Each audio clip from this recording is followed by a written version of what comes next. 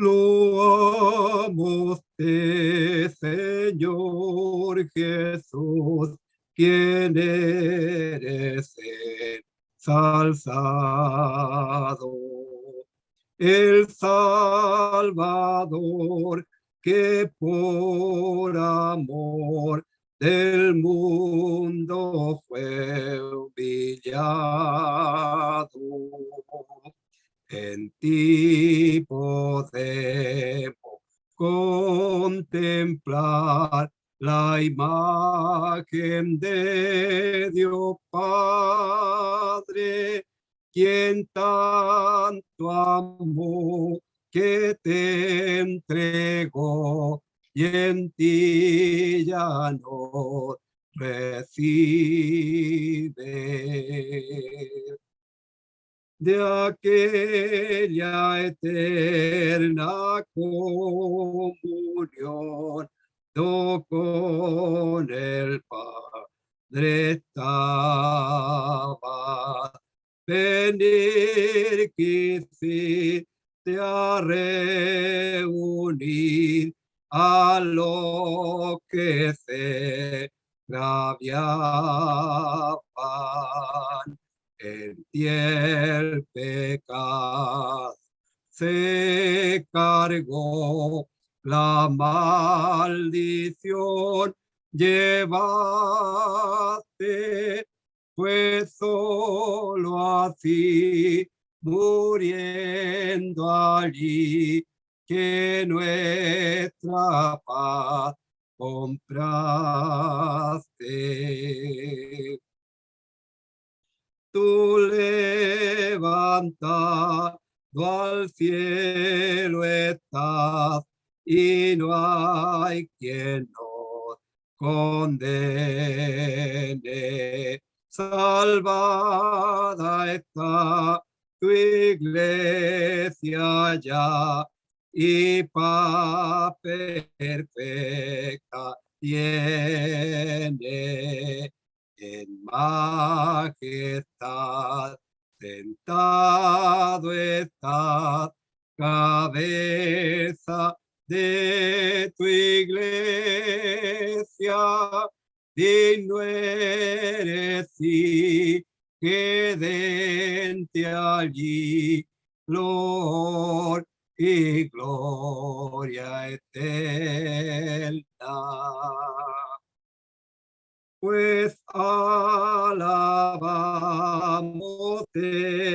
Señor, por lo que tú nos eres. Y hasta que veamos, te rogamos que nos guardes pronto para conducir tu iglesia de este suelo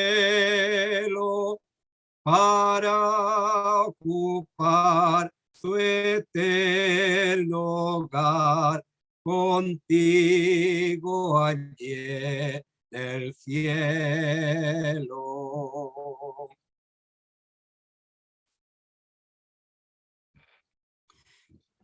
Bien, hermanos, estamos considerando este tema que para este tiempo es tan importante el tener en consideración lo que es la iglesia y el lugar de reuniones, para que no perdamos nunca de vista que Dios desde el principio, Él ha querido tener un lugar físico en donde pueda su pueblo reunirse, en donde Él pone su nombre y se digna estar en medio de su pueblo. Esto realmente es algo maravilloso. Y es la forma, por supuesto, la forma ideal, la forma que Dios desea para estar con su pueblo aquí en la tierra. El Señor Jesús, Él está en medio de los suyos.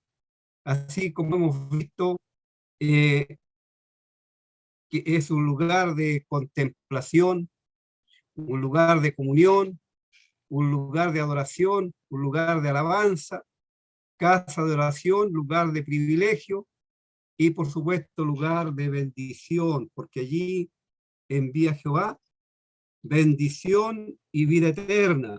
A Dios, por supuesto, le agrada ver a sus hijos juntos en armonía.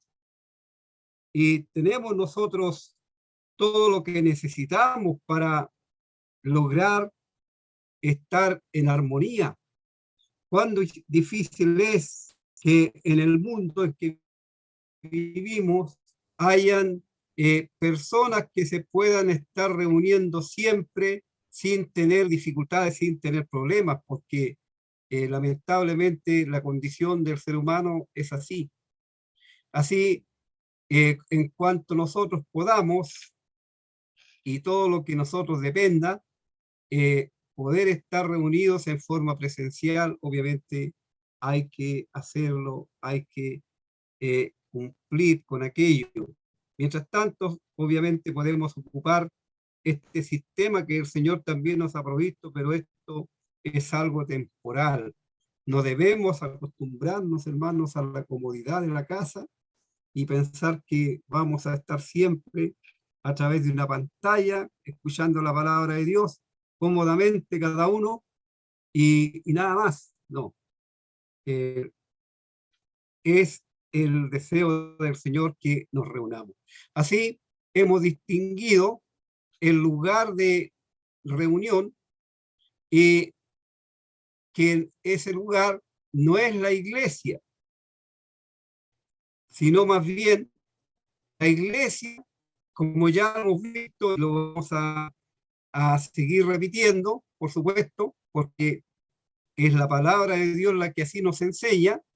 La iglesia es el conjunto de creyentes salvados por Cristo. En este caso podemos mencionar la iglesia local, en donde cada uno de nosotros nos congregamos, la iglesia local. Y esta iglesia está fundada sobre la persona del Señor Jesucristo. ¿Recuerdan allí en Mateo 16, 18 la declaración de Pedro que consideramos de pasada el día martes, en donde el Señor dice, sobre esta roca edificaré mi iglesia y las puertas del Hades no prevalecerán contra ella? Imagínense qué hubiera sido si el fundamento de la iglesia, como dice la religión popular, hubiera sido Pedro. No, imposible. Es la persona del Señor Jesucristo, la roca de la eternidad, que nos da plena certeza y seguridad que nada podrá derribar este edificio espiritual. El Señor dijo que los creyentes se reúnen al nombre suyo. Allí en Mateo 18, 20, entre paréntesis, hermanos, no hay que considerar allí que se está mencionando la iglesia, porque el contexto no tiene que ver con hermanos que se reúnen para solucionar un problema de enemistad, de disciplina de la iglesia. Así por eso dice 2 o 3 que se congregan al nombre del Señor, pero para tratar un asunto específico, un asunto especial. La iglesia es mucho más que 2 o 3, como podemos verlo a través de la palabra del Señor, pero lo importante es que la iglesia se reúne al nombre del Señor Jesucristo. Por eso es que en nuestros locales no cuelga un letrero diciendo la iglesia tanto, porque la iglesia es una sola. La iglesia es en figura, como vamos a ver también, el cuerpo de Cristo. También es muy importante el considerar que la iglesia en conjunto, porque todos nosotros también en forma individual, desde el momento que el Señor nos salvó, desde el momento que fuimos renacidos, como nos dice el apóstol Pedro, de simiente incorruptible, desde ese momento, cada uno de nosotros, nuestros cuerpos se convirtieron en templo de Dios y en la habitación permanente del Espíritu Santo. Así también tenemos que nosotros tener cuidado con lo que hacemos, con donde vamos, porque el Espíritu Santo está permanentemente en nosotros, así no lo podemos dejar de lado. Y Él anhela que nosotros seamos obedientes, que seamos celosos de las cosas del Señor, como lo expresa Santiago, ¿cierto? Que el Espíritu que Dios ha hecho morar en nosotros nos anhela celosamente. Bien, en la carta que escribe el apóstol Pablo a Timoteo, que también esto es muy conocido por todos los creyentes, en el capítulo 3 y versículo 15 tenemos otra verdad acerca de lo que es la iglesia. Para que si tardo, dice el apóstol Pablo, sepas cómo debes conducirte en la casa de Dios. ¿Y cuál es la casa de Dios que menciona aquí? Que es la iglesia del Dios viviente. La iglesia del Dios viviente, columna y baluarte de la verdad. La iglesia del Dios vivo. Nosotros no estamos alabando ni glorificando a uno que murió y quedó en un sepulcro, no, a uno que se levantó triunfante, a un Dios vivo y verdadero. Y la iglesia dejada en este mundo, como ya hemos visto algunas verdades acerca de ella, aquí tenemos otra. La iglesia del Dios viviente es columna y baluarte de la verdad. Vale decir, como columna, sostiene, afirma la verdad del evangelio que nosotros predicamos. Y como baluarte, defiende esa verdad. Nosotros, los creyentes, hemos sido dejados como embajadores de Cristo en este mundo para que defendamos y para que prediquemos, para que anunciemos la verdad del Evangelio en medio de un mundo que está tan convulsionado, en medio de un mundo que niega las verdades de nuestro Dios. Un mundo, queridos hermanos, que está haciendo una parodia de muchas de las ordenanzas divinas. Una parodia, por si alguien no lo sabe, es una imitación burlesca de la verdad. Y piense usted cómo el diablo está haciendo estas parodias. ¿Acaso lo que se está haciendo en este mundo y que nosotros los creyentes no podemos callar en cuanto al matrimonio? ¿Acaso no es una parodia? Dios en el principio ordenó el matrimonio para que pudiera haber santidad y para que también hubiera organización en este mundo. Y el matrimonio es la base de la sociedad, la base de la iglesia. ¿Y qué es lo que ha hecho el diablo? Nosotros todos sabemos. Haciendo leyes que están hundiendo cada día más, hermanos, en la inmundicia del pecado a la humanidad. Y los creyentes no podemos quedarnos impávidos ahí observando, tenemos que proclamar. Obviamente no vamos a andar buscando pelea con los inconversos, no. Pero sí tenemos que proclamar y tenemos que sostener las verdades que Dios nos ha dado la responsabilidad de defender y de proclamar. Así, la iglesia es la casa de Dios. Todo en conjunto formamos esa casa de Dios. Y la palabra de Dios nos enseña que la santidad conviene a la casa de Dios. Para decir, los creyentes debemos santificarnos en la práctica, porque posicionalmente desde el momento que fuimos salvos, somos santificados, somos santos, pero en la práctica, cada día nosotros debemos ir santificándonos para el Señor. Así vemos que el cimiento, el fundamento de la iglesia es el Señor Jesucristo. Y ninguno puede poner otro fundamento que el que ya ha sido puesto. Dice el apóstol Pablo escribiendo a la iglesia allí en Corintios, el capítulo 3,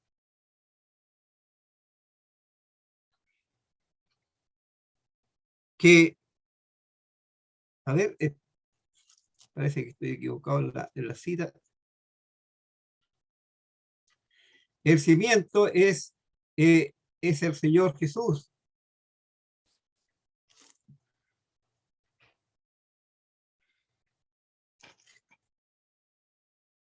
Acá está, es el capítulo 3 y versículo 11. Porque nadie puede poner otro fundamento que el que está puesto, el cual es Jesucristo. Él es el fundamento de la iglesia. Nunca debemos de olvidar esta verdad. Y no solamente Él es el fundamento, sino también Él es la piedra de inicio, la piedra que junta, que une todo este edificio. Vale decir, el Señor Jesucristo es todo en la iglesia de este Dios viviente. Vamos a leer también un versículo que nos habla acerca de esto más adelante en la carta de el apóstol Pablo a la iglesia allí en Éfeso, en el capítulo 2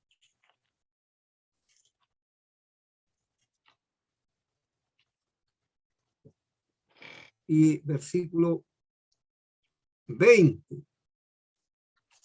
Dice, edificaos sobre el fundamento de los apóstoles y profetas, siendo la principal piedra del ángulo Jesucristo mismo, en quien todo el edificio, bien coordinado, va creciendo para ser un templo santo en el Señor, en quien vosotros también sois justamente edificados para morada de Dios en el Espíritu. Nuevamente tenemos ahí esa maravillosa verdad que nosotros somos en conjunto la morada de Dios en el Espíritu. Así el Señor no solamente es el fundamento, sino que también es la piedra angular,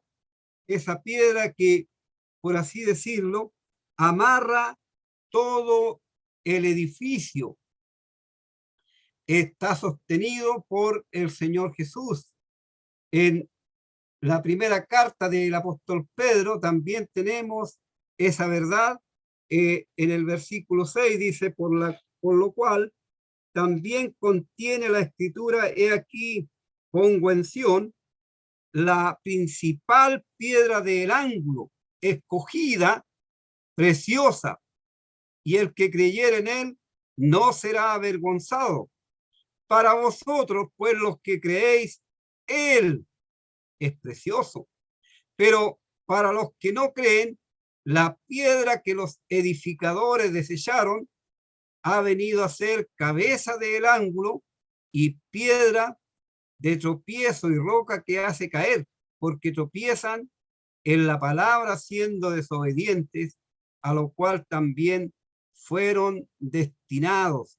Así, el Señor es la piedra principal del ángulo, aquella que amarra, que une todo el edificio. Y cuando se habla que Él es precioso para Dios y también Él es precioso para nosotros, no se está hablando aquí en un término de hermosura, sino de valor, de costo. Para decir, Él es de un valor infinito que nosotros no podemos cuantificar ni en la más mínima expresión. Y es de un valor infinito para el Padre. Y por supuesto, también debiera ser de valor infinito para cada uno de nosotros, los creyentes en el Señor Jesucristo. Él es esa piedra principal. Y cuando se habla aquí de que fue desechada por los pecadores, por los israelitas, por los hombres, por los edificadores judíos, se cuenta de una historia que cuando se edificaba el templo de Salomón, como las piedras eran traídas de lejos y eran cortadas y labradas precisamente para el lugar que iba a ocupar en el edificio. Y de repente trajeron una piedra bien singular y los edificadores no hallaron, dice la historia, dónde podían ocuparla. No calzaba en su mente dónde la iban a poner. Y la tiraron ladera abajo. Y ahí dice que el pasto incluso la tapó un poco ahí. Y cuando necesitaban cerrar el ángulo, entonces mandaron a pedir la piedra a los canteros. Y ellos dijeron, pero si esa piedra hace mucho que se la mandamos. Y ahí se dieron cuenta del error y la fueron a buscar.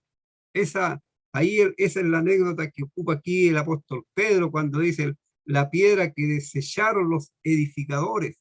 Y bueno, eso también tiene que ver con lo que estaba profetizado acerca del mismo Señor Jesús, porque tenemos claramente nosotros la palabra de Dios cómo iba a ser el recibimiento de aquel que venía para liberarnos de la condenación del pecado. El profeta Isaías dice, le veremos, mas sin atractivo para que le deseemos, como raíz de tierra seca, vale decir, fue despreciado, fue desechado. Así, ese es el sentido también de esta escritura. Ahora, la iglesia está siendo construida en este momento. Nosotros tenemos allí en el libro del Génesis, en el capítulo 24, una gráfica. Allí es cuando Abraham envía a su siervo a buscar esposa para Isaac, su hijo. Ahí tenemos nosotros una gráfica de lo que es la iglesia, la esposa del Cordero, la prometida del Cordero. Y vemos que esta iglesia está siendo construida actualmente y los materiales con los que está siendo construida obviamente son hombres y mujeres salvados de la pena del pecado por Cristo. Aquellos que han sido rescatados de la condenación eterna y a los cuales se les llama aquí en la carta del apóstol Pedro, donde estábamos citando, se les llama piedras vivas. Primero, esa metáfora la usa el apóstol Pedro para referirse al Señor Jesús. Piedra viva, y tiene que ver con el Cristo resucitado. Y si nosotros tuviéramos tiempo, porque es lo que escasea siempre, veríamos que al Señor Jesús, Él se le llama la roca, la roca eterna. Allí en la primera carta a los Corintios se habla de que la roca que seguía al pueblo de Israel, de la cual bebieron, era Cristo, la roca que les seguía. Así, Él es una piedra viva y nosotros somos piedras vivas también, porque tenemos algo del carácter del Señor.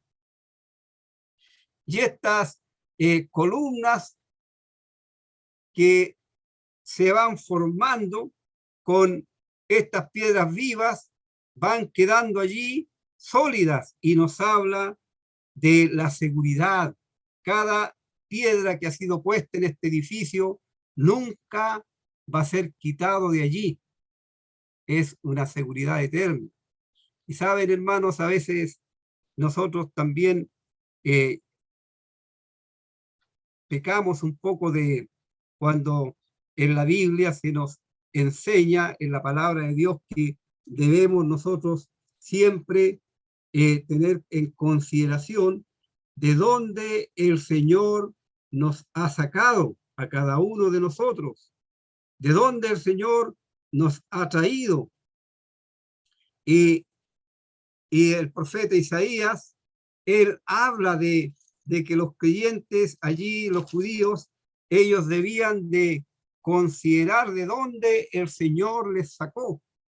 Y dice allí en Isaías 51, versículo 1, ustedes después pueden leerlo: oídme los que seguís la justicia, los que buscáis a Jehová. Mirad a la piedra de donde fuisteis cortados, y al hueco de la cantera de donde fuisteis arrancados. Usando un lenguaje cierto entendible por nosotros, es como si el Señor nos estuviera diciendo que Él nos sacó de la cantera de este mundo, donde estábamos muertos en nuestros delitos y pecados, y nos ha vivificado para que nosotros lleguemos a formar este edificio espiritual, esta casa espiritual, donde cada uno de nosotros estamos puestos cual una piedra viva. En la palabra de Dios también nosotros tenemos ahí en el libro de los Hechos, en el capítulo 2 y versículo 41 y 42, tenemos 7 columnas que son las verdades practicadas por la iglesia, o que debieran ser practicadas por la iglesia. Y allí en el libro de los Proverbios, en el capítulo 9, de los Proverbios, para que nosotros veamos cómo la palabra de Dios se va conectando muy bien.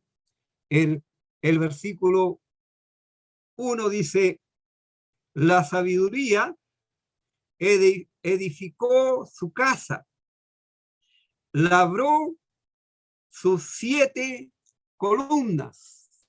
La sabiduría edificó su casa, labró sus 7 columnas. Y allí nosotros vemos que la sabiduría en el Nuevo Testamento es la persona bendita y gloriosa de el Señor Jesucristo. En la primera carta a los Corintios, capítulo 1, y versículo 30,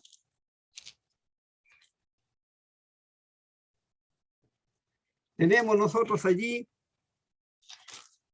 lo siguiente. Primero los Corintios, capítulo 1 y versículo 30. Mas por él estáis vosotros en Cristo Jesús. Mire lo que dice el apóstol Pablo. El cual nos ha sido hecho por Dios sabiduría, justificación, santificación y redención. Ha sido hecho por Dios sabiduría. Así ahí tenemos nosotros a la sabiduría personificada en la persona de el Señor Jesucristo. Así en estas 7 columnas que nosotros leemos allí en el libro de los Hechos, en el capítulo 2, del versículo 41 y 42, tenemos las primeras 3 que sirven de requisito para la participación en la comunión de la iglesia.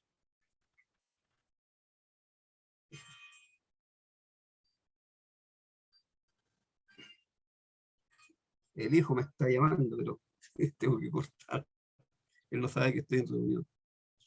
Muy bien. Tenemos allí para las 3 primeras que tienen que ver con la participación en la comunión de la iglesia. Lo primero es la salvación. Como sabemos nosotros, la salvación es el inicio en la carrera, en la vida cristiana. Vamos a leer las 7 columnas ahí para que las veamos con claridad. Dice, así que los que recibieron su palabra, tiene que ver con aquellos que fueron salvados por la gracia de Dios, que en lo siguiente son bautizados. Lo tercero es que se añaden a la iglesia. Lo cuarto, que perseveran en la doctrina de los apóstoles. Quinto, la comunión unos con otros.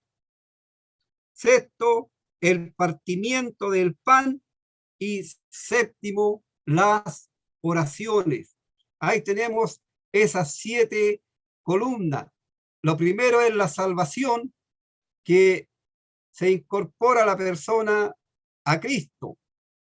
Lo segundo que vimos es el bautismo, que es la identificación con el Señor Jesucristo. Recordemos que en ese acto simbólico nos identificamos con el Señor Jesucristo en su muerte, sepultación y resurrección. Lo tercero, somos integrados a la comunión de los santos en obediencia a Cristo. Ahora, allí ocurre también lo que es el bautismo del Espíritu Santo, porque Él nos incorpora a la Iglesia universal y luego el creyente es añadido a la iglesia local. Lo cuarto es la doctrina de los apóstoles para la edificación de los creyentes, tal como lo estamos haciendo ahora.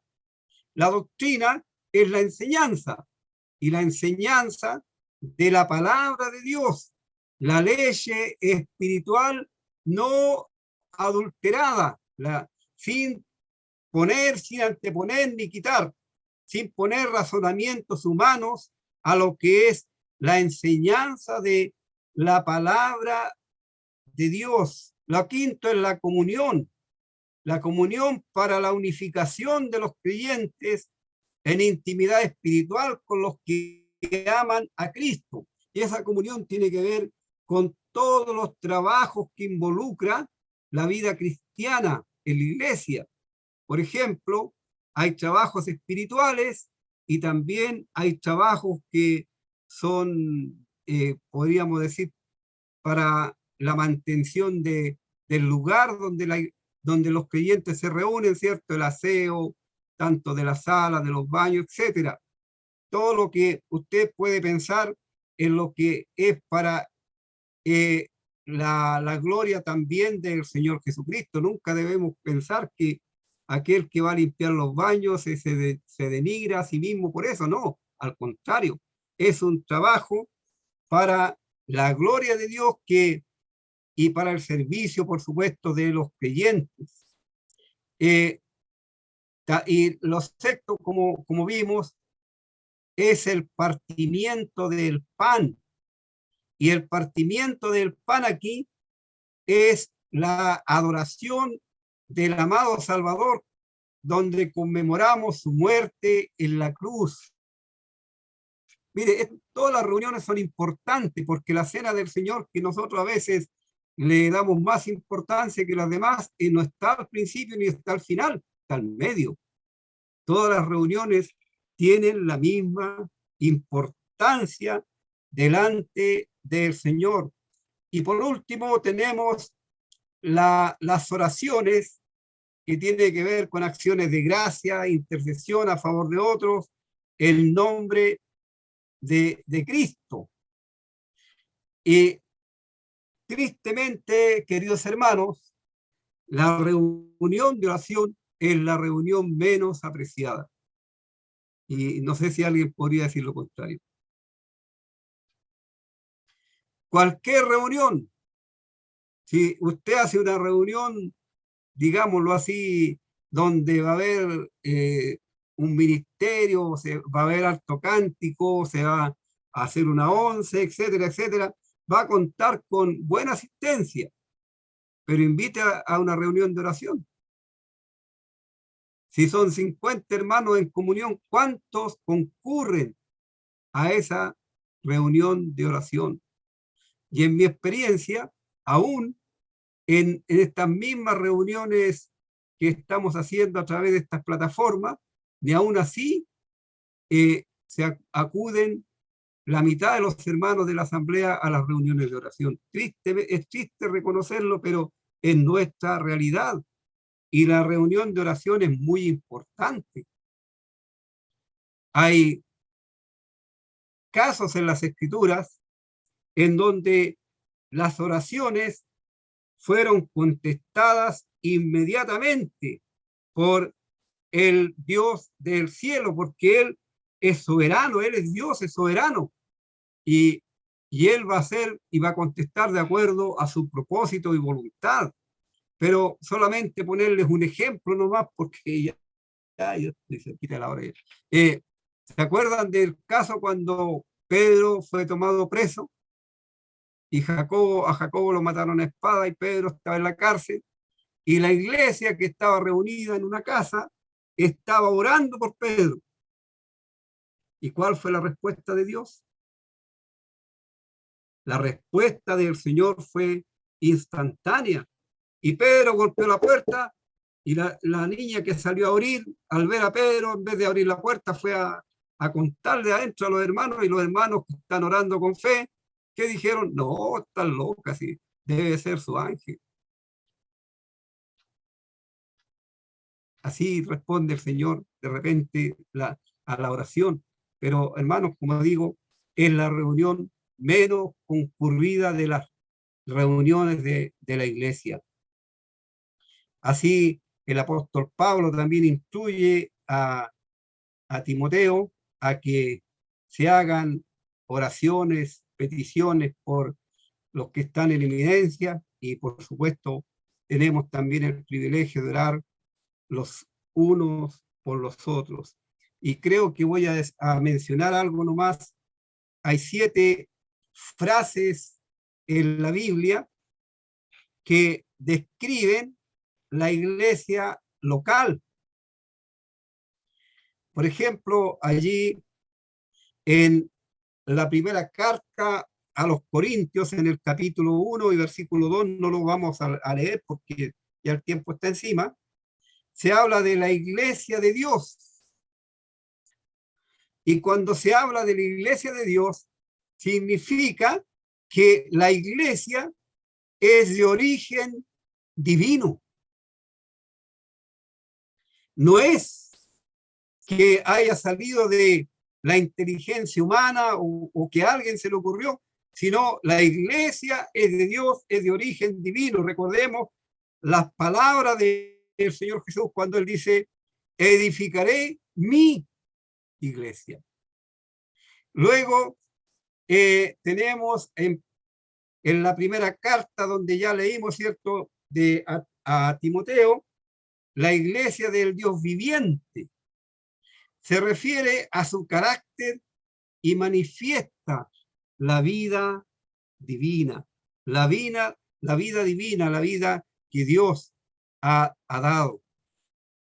También tenemos ahí en Romanos 16, la iglesia de Cristo.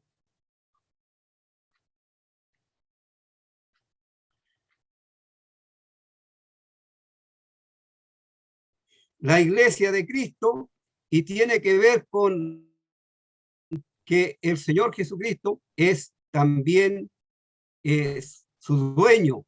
Él la compró. ¿A qué precio nos compró, hermano? A precio de sangre, a costo de su vida.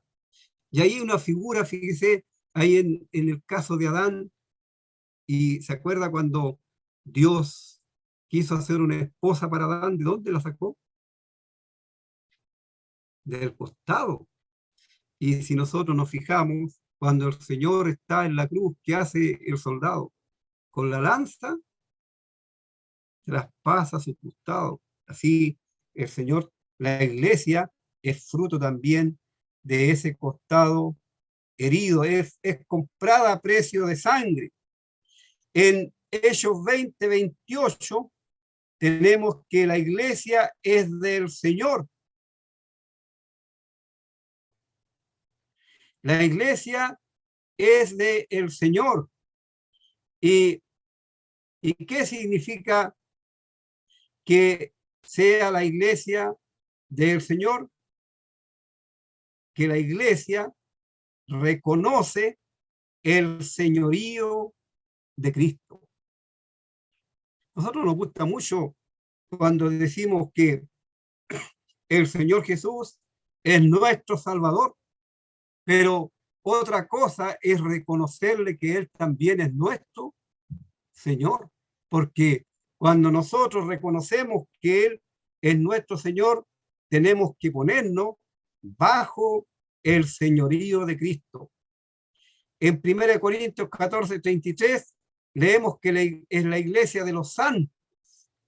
Así, eso significa que la iglesia está compuesta por creyentes llamados a una vida santa, a una vida de separación. En Romanos 16:4 tenemos que la iglesia de los gentiles. Así también vemos que la iglesia está compuesta por creyentes de todas las naciones, no solamente por los judíos. Y por último, tenemos la iglesia de Galacia. Por poner un ejemplo, eso corresponde a las regiones, a la situación geográfica de cada iglesia, como tenemos en la Biblia, ¿cierto? La iglesia de los Efesios, la iglesia de los Corintios, significa que ellos geográficamente estaban viviendo y se congregaban en esas ciudades, pero espiritualmente ellos todos estaban en Cristo. Y nosotros también. Ustedes geográficamente se congregan en Conchalí, pero espiritualmente estamos en Cristo y somos uno en Cristo, porque en conjunto todos formamos lo que es la iglesia universal. Y ya llegamos a la hora, hermanos, y vamos a dejar hasta ahí solamente este tema. Y deseando que ojalá se haya entendido y que, por supuesto, sea de bendición para cada uno de nosotros, para que sigamos meditando y estudiando en estos temas que realmente son preciosos y muy necesarios en este tiempo de conocer. Vamos a orar. Nuestro Dios y Padre Celestial, con gratitud, con gozo en nuestros corazones, nos acercamos una vez más a tu presencia para agradecer por esta nueva oportunidad que nos has concedido como pueblo tuyo de estar congregados, de estar hablando de tu palabra, de estar leyendo en ella y que estos conceptos que estamos considerando realmente nos motiven a seguir estudiando y conociendo más acerca de lo que es el pueblo tuyo, de lo que tú quieres de cada uno de nosotros, y que todos juntos podamos avanzar en ese conocimiento.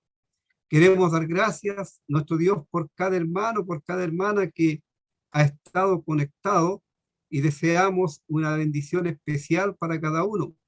Y pedimos nuevamente por los enfermos para que en tu buena voluntad les ayudes, les guardes, y puedas también, si es así, tu santa y divina voluntad sanarles.